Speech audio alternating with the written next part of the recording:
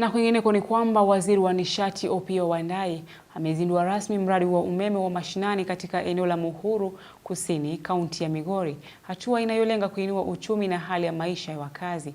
Akizungumza katika eneo la Nyatike, waziri Wandayi amesema kuwa mradi huo utaunganisha takriban nyumba 3500 katika eneo hilo.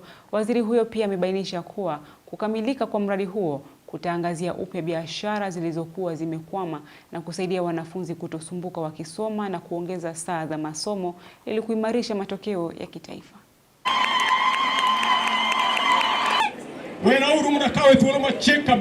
Ni katika hii enzi ya Mheshimiwa Rais William Ruto ndio serikali kuu imetambua kwamba wananchi wanastahili kupewa stima kama wananchi wengine wa Jamhuri ya Kenya.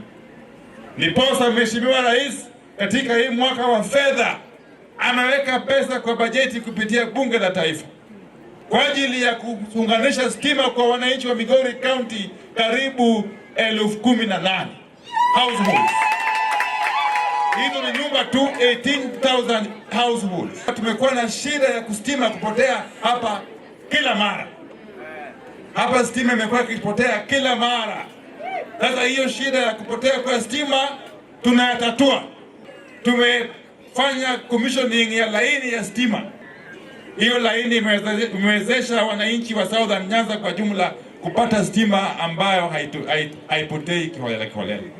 Lakini hii Muhuru substation ya stima ya kisasa tunafanyia design kwa wakati huu kupitia kampuni ya Kenya Power.